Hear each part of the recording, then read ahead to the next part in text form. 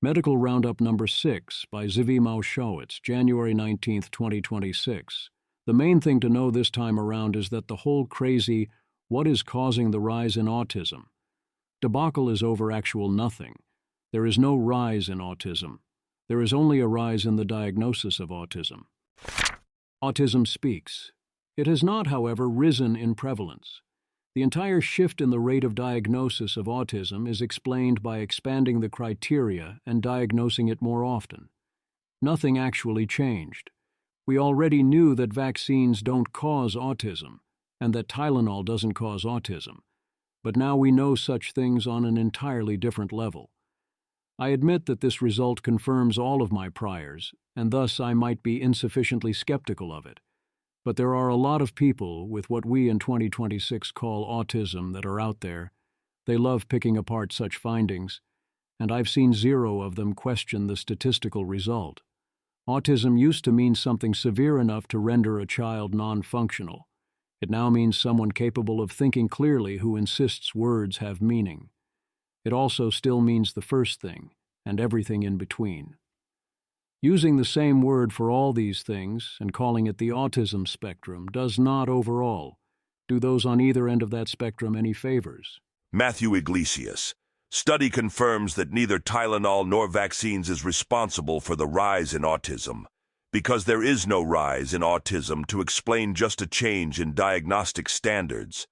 The DSM-3 called for a diagnosis of infantile autism if all 6 of these criteria were met.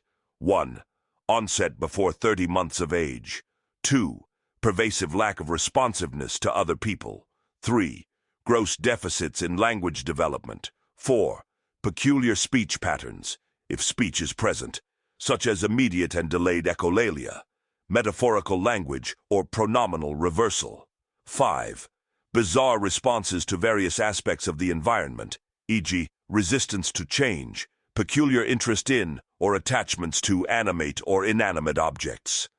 6. Absence of delusions, hallucinations, loosening of associations, and incoherence, as in schizophrenia. This is clearly describing a uniformly debilitating condition, especially in terms of criteria 3 and 4. That is very, very obviously not what anyone centrally means by autism in 2025, and we are going searching for it under every corner. By the time the DSM-4 came out in 1994, things like lack of social or emotional reciprocity, when combined with lack of varied spontaneous make-believe play or social imitative play appropriate to developmental level, could qualify a child for an autism diagnosis, as long as they also have trouble making eye contact. Cremu. The result is consistent with 98.25% of the rise being due to diagnostic drift, and that's not significantly different from 100%. Brian Kaplan. Occam's razor. No one in my K-12 was called autistic, but there were plenty of weird kids. Should the autism spectrum therefore be split apart? Yes. Obviously, yes. Derek Thompson.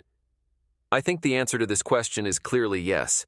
The expansion of the autism diagnosis in the last few decades has created a mess of meaning. It's not helpful that autism spectrum now contains such an enormous bucket of symptoms that it applies to nonverbal adults requiring round-the-clock care and Elon Musk. The expansion of the autism spectrum label is especially poor for those at either extreme. It destroys clarity. It causes large underreactions in severe cases. It causes large overreactions in mild cases, including treating such children in well-intended but highly unproductive ways. It also is, as Michael Vassar points out, effectively part of a war against caring about truth and whether words have meaning, as anyone who does so care is now labeled as having a disorder. To be normal rather than neurodivergent, you have to essentially show you care deeply about and handle social dynamics and trivialities without having to work at this, and that you don't care about accuracy, whether words have meaning or whether maps match their territories. Exercise is awesome. Seriously, one cannot write "most people need to exercise more" often enough. I heard a discussion on NPR's Wait, Don't Tell Me where a study uncovered that as little as half an hour a week of light exercise can do a substantial amount of good. The response from everyone was to joke that this means they didn't need to do any more than that, and doing anything at all made them heroes. And yes, there's big gains for do anything at all rather than nothing, but there's quite a lot left to gain. University students given free gym memberships exercised more and has a significant improvement in academic performance, dropping out of classes less and failing exams less, completing 0.15 SDs more courses. There's a perversity to hearing this made kids healthy, which is good because they got higher grades. But if that's what it takes, okay, sure. The cost-benefit here purely in increased earnings seems good enough. A large majority of students do not report having financial or time constraints at baseline, which suggests that the free gym card primarily removed psychological barriers to exercise. This is in line with the fact that many participants reported at baseline that they did not exercise at the gym because they were lazy, which may be interpreted as a sign of procrastination. This all came from an average of 5.7 additional gym visits per student, which isn't that great a return on a gym membership at first glance. For the effect to be this big, there have to be shifts beyond the exercise, something psychological or at least logistical. There still are very clear diminishing marginal returns. Thus, here is your periodic fitness reminder that although exercising and being in shape is great, but there are rapidly decreasing practical returns once you become an outlier in strength, and going deep into gym culture and looking jacked has actively negative marginal returns, including in terms of attractiveness, and also the injury risk rises a lot. That's peanuts. Exposure to potential allergens as infants decreases allergies, with peanuts being the central example. Carefully avoiding them, as we were for a while told by doctors to do, is exactly wrong. It's so crazy that our experts could get this so exactly backwards for so long. Luckily, such allergies are on the decline again now that we realize. But as Robin Hanson says, who is there to sue over this epic failure? An age of wonders. Gene Smith reports that some IVF doctors have figured out how to get much more reliable embryo transfer than the traditional 70%, and also higher egg yields per round. A highly competent IVF practice and doctor can make a big difference, and for now its value could be bigger than those from finding superior embryo selection. Study finds mRNA COVID-19 vaccines prolonged life of cancer patients, which they claim is via trained immunity from a type 1 interferon surge and activation of MDA5, but it seems they didn't do a great job controlling for the obvious factor of whether this came from its protective effects against COVID-19. That seems like a giant hole in the study, but they are in phase 3, which will settle it either way. If the effect is real, you can likely enhance it quite a lot with a combination of mRNA composition and timing the shot to the start of using checkpoint inhibitors. GLP-1s in particular. The latest experimental GLP-1 entry from Eli Lilly is showing the largest weight loss results we've seen so far, including big impacts on arthritis and knee pain. Costco to sell Ozempic and Wegovy at large discount for people without insurance at $499 a month, the same as Novo Nordisk's direct-to-consumer website. You do still need a prescription. Eli Lilly seems to have made a once-daily weight loss pill that works 80% to 90% as well as injected Ozempic, with fewer side effects. It's plausible this would make adaptation much more common, and definitely would if combined with affordable prices and easy access.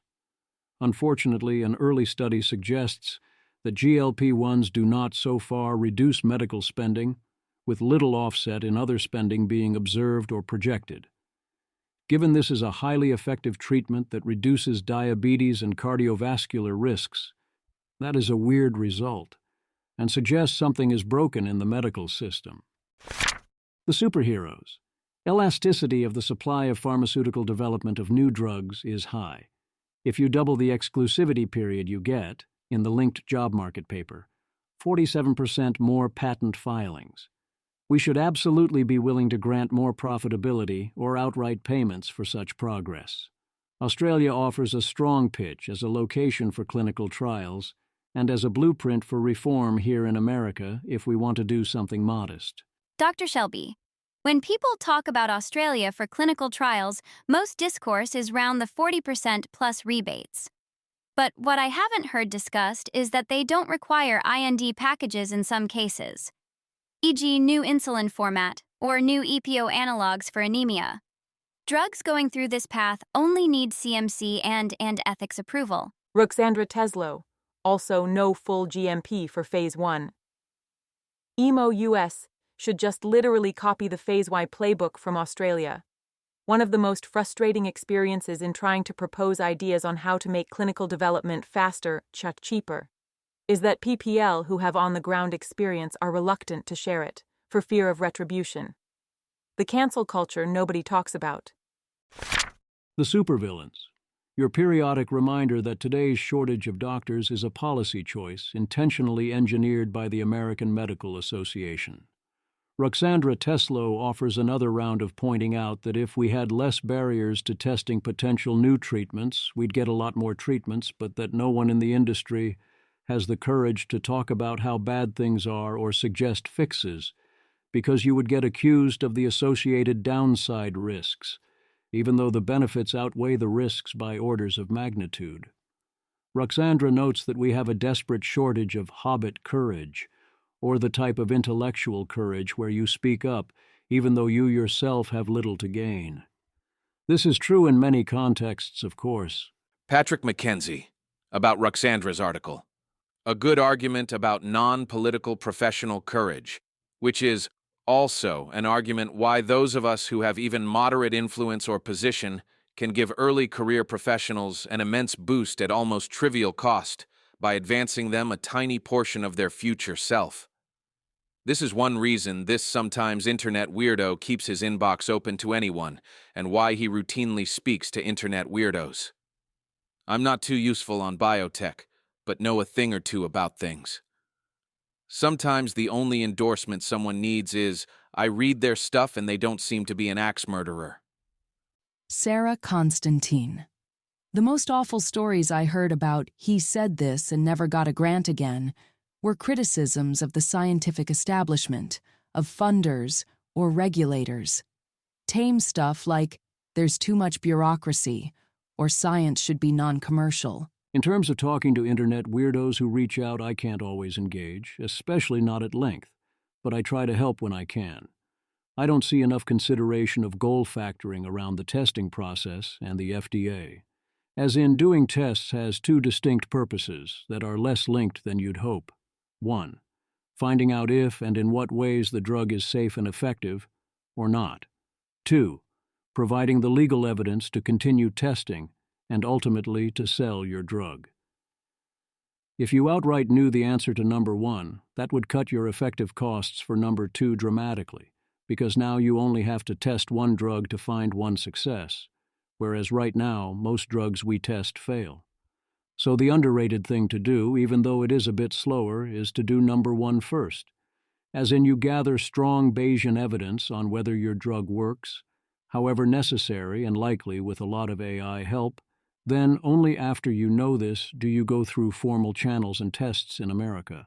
I will keep periodically pointing this out in the hopes people listen. Why do clinical trials in America cost a median of $40,000 per enrollee? Alex Tabarrok points us to an interview with Eli Lilly's CEO Dave Ricks. There are a lot of factors making the situation quite bad. Alex Tabarrok. One point is obvious once you hear it. Sponsors must provide high-end care to trial participants. Thus, because U.S. healthcare is expensive, U.S. clinical trials are expensive. Clinical trial costs are lower in other countries because healthcare costs are lower in other countries. But a surprising consequence is that it's also easier to recruit patients in other countries because sponsors can offer them care. That's clearly better than what they normally receive. In the U.S., baseline care is already so good, at least at major hospital centers where you want to run clinical trials, that it's more difficult to recruit patients. Add in IRB friction and other recruitment problems, and U.S. trial costs climb fast. See also Chertman and Teslo at IFP, who have a lot of excellent material on clinical trial abundance. FDA Delenda Est. Once again, FDA Delenda Est. Anatoly Karlin. Lilly stopped one of 2 trials of bimagrumab, a drug that preserves muscle mass during weight loss, after new FDA guidance suggested that body composition effects wouldn't be enough for approval, but would need to show incremental weight loss beyond the GLPs. GLP-1s help you lose weight.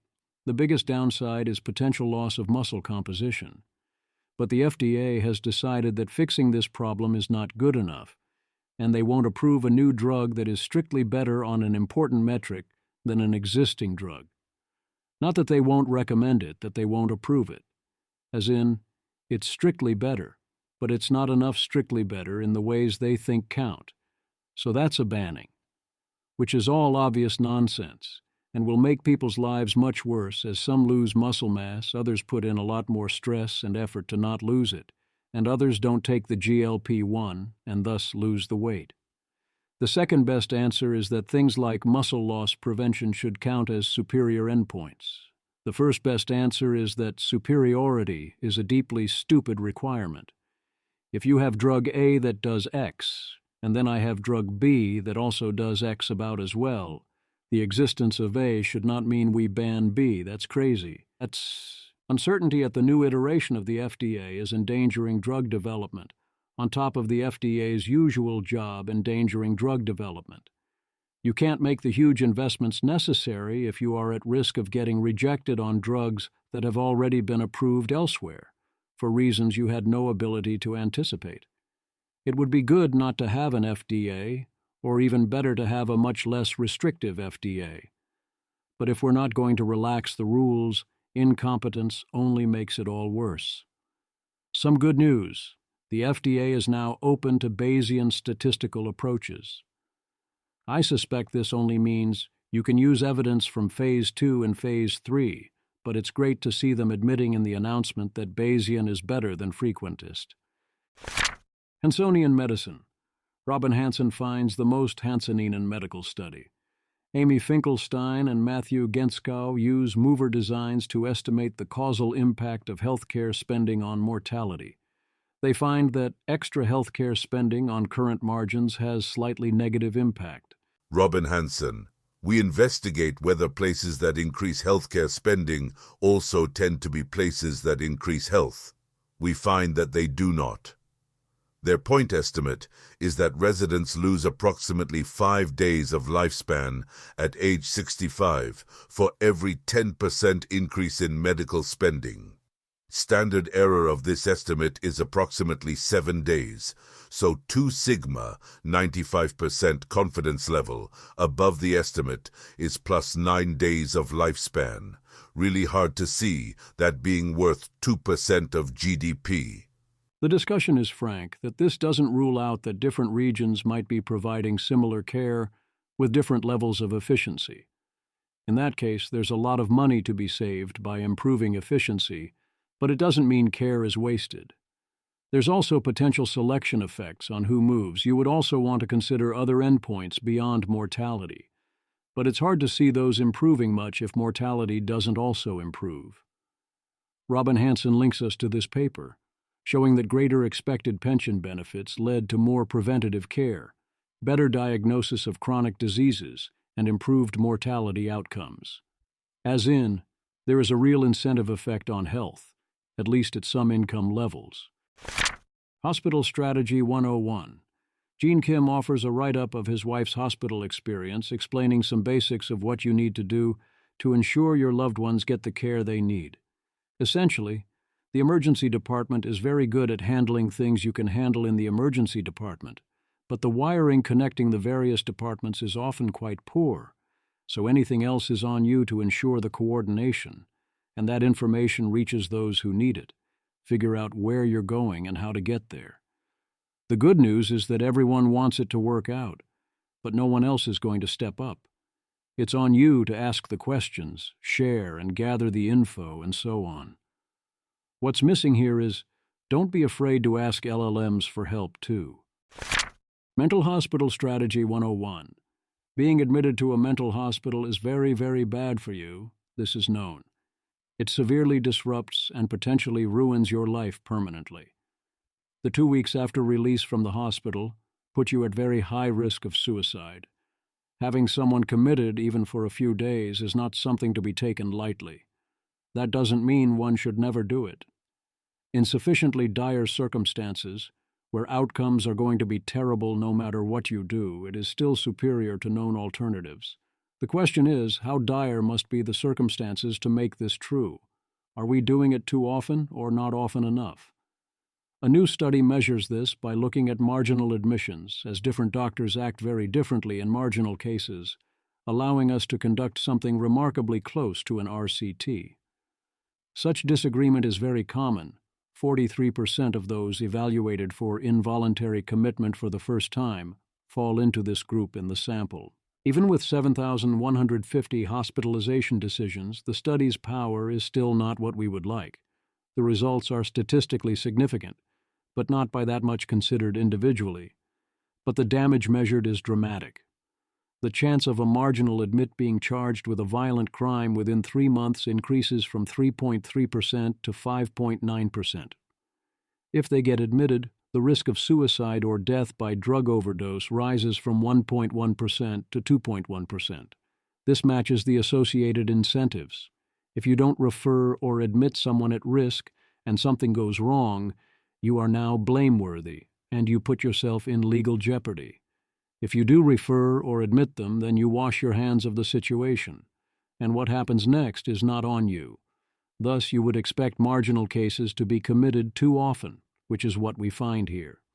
It seems reasonable to conclude that the bar for involuntary commitment should be much higher, and along the lines of only do this if there is no doubt and no choice.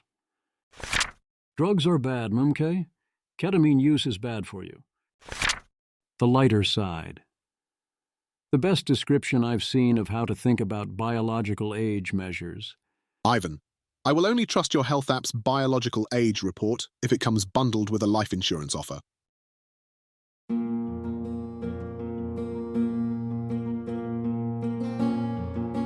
This has been an episode of the Don't Worry About the Vase podcast. If you enjoyed this podcast, please visit thezv.substack.com to support the author. If you enjoy having AI-narrated episodes, please note this is a listener-supported podcast. To receive new posts and support the cost of creation, consider becoming a subscriber at dwatvpodcast.substack.com. Thanks for listening.